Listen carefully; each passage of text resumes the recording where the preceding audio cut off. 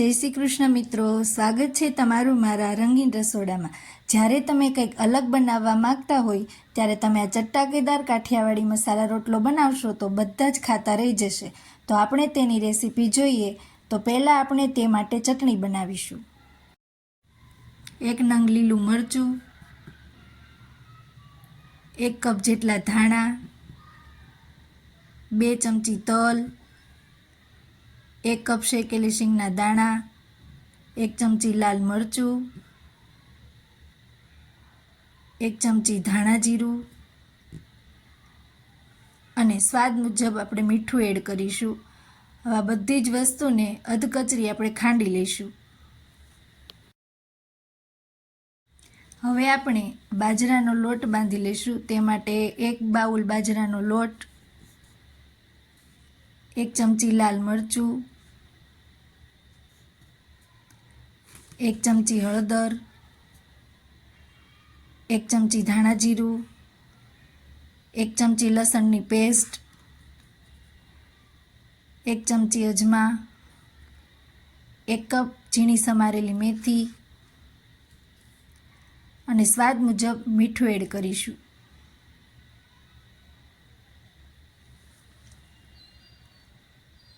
હવે પાણી એડ કરી આપણે લોટ બાંધી દઈશું।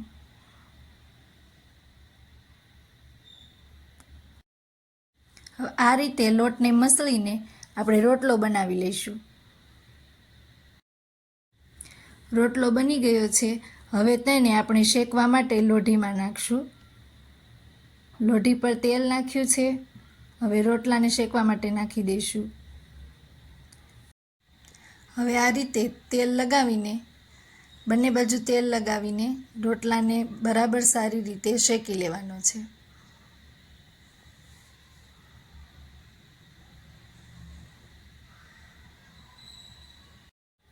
હવે રોટલો બ્રાઉન થાય ત્યાં સુધી આપણે તેને શેકાવા દેવાનો છે। બ્રાઉન થઈ ગયો છે। હવે તેના પર આપણે જે ગ્રીન ચટણી બનાવી હતી તે લગાવવાની છે। જેમ ગ્રીન ચટણી હશે વધારે તેમ જ વધારે સ્વાદિષ્ટ લાગશે। સ્વાદ મુજબ તમે જેવું તીખું ખાતા હોય એ પ્રમાણે તમે ચટણી લગાવી શકો। અને બટર લગાવવાનું છે, એ પણ સફેદ જ લેવાનું છે તો જ સારો સ્વાદ આવશે। હવે બંને વસ્તુને સારી રીતે આખા રોટલા પર લગાવી દેવાની છે। આ બંને વસ્તુથી જ આ રોટલાનો સ્વાદ આવે છે।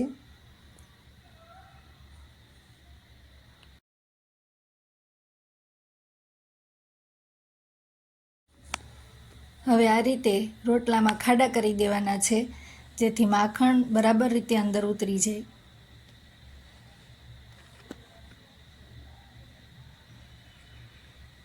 હવે ગાર્નિશ માટે આપણે થોડા ધાણા લઈશું અને ઉપર લગાવી દઈશું।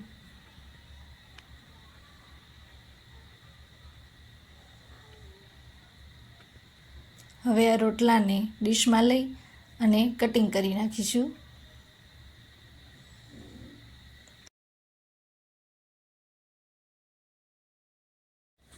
તો તૈયાર છે આ કાઠિયાવાડી મસાલા રોટલો। એકવાર જરૂર બનાવજો, બધાને ખૂબ જ ભાવશે। આ રોટલો દહીં સાથે ખૂબ જ સ્વાદિષ્ટ લાગશે। જો અમારો વિડીયો પસંદ આવ્યો હોય તો લાઈક અને શેર કરો અને અમારા નવા વિડીયો જોવા માટે અમારી ચેનલને સબસ્ક્રાઈબ કરો। જય શ્રી કૃષ્ણ।